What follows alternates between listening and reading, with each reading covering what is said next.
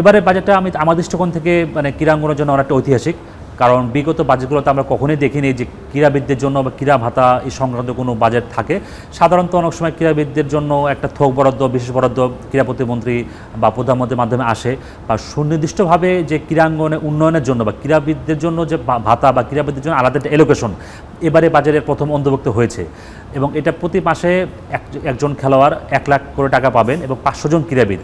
তো একটা মানে এই চলতি অর্থ বছরে মানে 2026 এবং 2027 অর্থ বছরে 60 কোটি টাকা বাজেটে অন্তর্ভুক্ত হয়েছে। আমার দৃষ্টিকোণ থেকে এটা বাংলাদেশের ক্রীড়াঙ্গনের জন্য ঐতিহাসিক বাজেট, কারণ বিগত কোনো বাজেটই এরকম হয়নি। এবং এর জন্য যুব ক্রীড়া প্রতিমন্ত্রী অত্যন্ত মানে সাধুবাদ দাবি রাখে, কারণ তার এই উদ্যোগের কারণে এটা হয়েছে। কারণ বাংলাদেশের ক্রীড়াঙ্গনের মূল হচ্ছে ক্রীড়াবিদরা।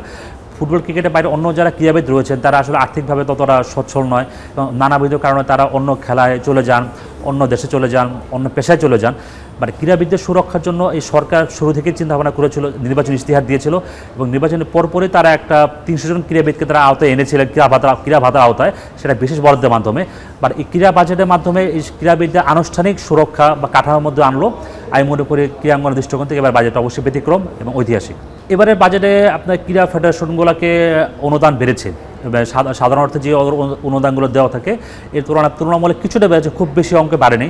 বাট তারপরেও আমি মনে করি এটা একটা ইতিবাচক দিক, কারণ এই সরকার নতুন মাত্র গঠন করলো, নতুন সরকার প্রথম বাজেট, তাদেরও আসলে বাংলাদেশের আর্থিক যে পরিকাঠামো আসলে সব কিছু মিলে আসলে চিকিৎসা, স্বাস্থ্য, শিক্ষা, এরপরে কিন্তু আসলে খেলাধুলা বাস্তবিক করতে আমরা সবাই ক্রীড়াপ্রেমী। বাট তারপরেও মানে মৌলিক যে চাহিদাগুলো আমাদের, বিনোদন একটা অংশ, খেলার অংশ, তারপরেও কিন্তু এইটার পরবর্তীতে আসলে চিকিৎসা, শিক্ষা, বাসস্থান, অন্য এগুলোর পরে সেই দৃষ্টিকোণ থেকে আমি মনে করি এই সরকার ক্রীড়াঙ্গনের দিকে নজর দিয়েছে এবং কিছুটা ফেডারেশনকে বাজেট বাড়িয়েছে।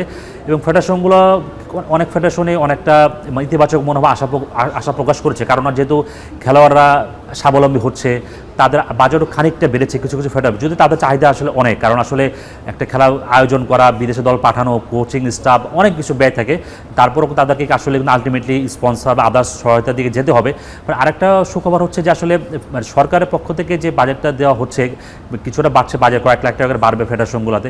এর পাশাপাশি ক্রীড়া প্রতিমন্ত্রী আরেকটা ধারণা রয়েছে, যেটা খুব কার্যকরী ধারণা, যে প্রতিটা ফেডারেশনকে একটা সরকারের মাধ্যমে আপনার সিড মানি, ধরেন একটা ফেডারেশন তাকে যদি 5 কোটি 10 কোটি টাকা দেওয়া হয় এবং 10 কোটি টাকার বিপরীতে যে আপনার লভ্যাংশটা আসবে, সেই লভ্যাংশটা দিয়ে তার ফেডারেশন দৈনন্দিন কার্যক্রম করবে। বাট ওই টাকাটা ভাঙতে পারবে না, এটা সরকারের থাকবে।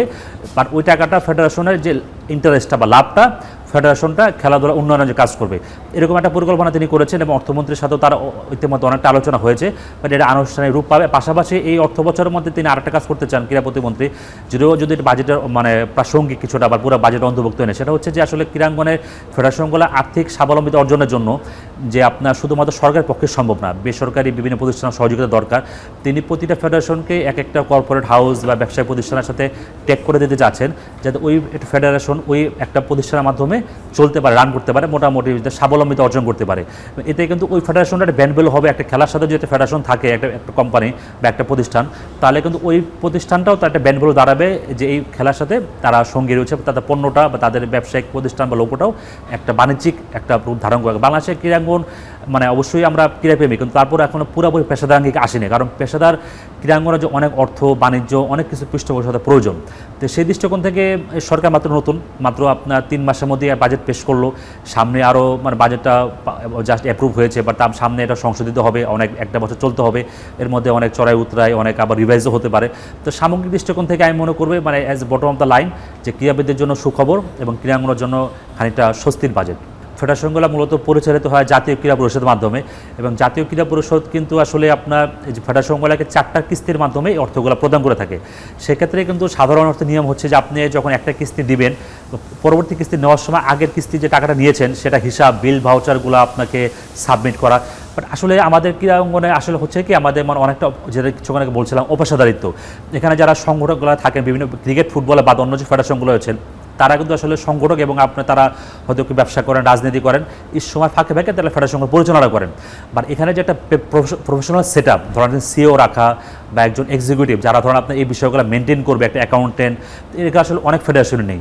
তো যার ফলে হয় কি আসলে আপনার একটা কমপ্লায়েন্স মেনটেন করা বা একটা মনে করেন টাইম মতো বিষয়গুলো সাবমিট করা একটু ঘাটতি থেকে যায়। কারণ হচ্ছে কি একটা ফেডারেশন যদি আপনার সিও, একটা পেশাদার সিও বা অ্যাকাউন্টেন্ট বা একটা এরকম ভালো ফাইন্যান্স মানে কনসালটেন্ট রাখতে চায়, তাহলে কিন্তু তার আসলে অনেক ব্যয়, সেই ব্যয়টা কিন্তু ফেডারেশন রাখার সামর্থ্য নাই। তো সব কিছু মিলে আসলে ফেডারেশন এইভাবেই চলছে। বাট তারপর আমি মনে করি জাতীয় ক্রীড়া পরিষদে এই বিষয়টাও নজর রাখা দরকার, কারণ আসলে ক্রীড়াঙ্গন সুশাসন নিশ্চিত করা দরকার। আপনি যেহেতু টাকা বৃদ্ধি করছেন বা প্লেয়ারদের ক্রীড়া ভাতা আওতা আনছেন, তো সেটা আপনার সঠিকভাবে ইউজ হচ্ছে কিনা আপনার অডিটটা নিশ্চিত করা। বাট এটা দুঃখজনক হলো সত্য, মানে জাতীয় ক্রীড়া পরিষদে কিন্তু আসলে আপনার অনেকগুলো অডিট আপত্তি জমা পড়ে। আসলে অডিট আপত্তিগুলো আসলে কিন্তু আসলে এমন না যে ফেডারেশনগুলো মিসইউজ করেছে, আসলে এটা একটা নেগলিজেন্স। অনেক সময় বিলগুলো দিতে দেরি হয়, অনেক সময় মনে করেন ঠিক মতো তার কমপ্লায়েন্সটা বুঝতে পারেন না, কারণ আসলে অডিটের কিন্তু নির্দিষ্ট ফর্ম আছে, একটা ছক আছে।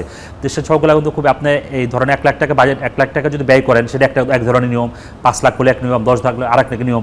বাট আসলে এই বিষয়গুলো আসলে আমাদের ক্রীড়াঙ্গনে যারা রয়েছেন, মানে অনেক ফেডারেশনগুলো, বিশেষ করে আপনার পূর্ব ক্রিকেটের বাইরে অন্য যে ফেডারেশনগুলো রয়েছে তাদের পক্ষে আসলে এই কমপ্লায়েন্সগুলো অনেকেই মেনটেন করতে পারেন না, যার ফলে কিন্তু আসলে অডিট আপত্তিগুলো হয়ে থাকে।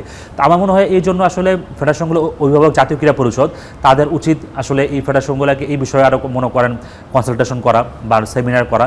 কারণ ক্রীড়াঙ্গনে যদি আপনার সুশাসন নিশ্চিত হয়, এটা আসলে ক্রীড়াঙ্গন একটা মানে সুন্দর জায়গা, ভালো জায়গা। সুতরাং এখানে আর্থিক স্বচ্ছতা বা আর্থিক আপনার তদারকিটা আরও সুন্দর হওয়া উচিত।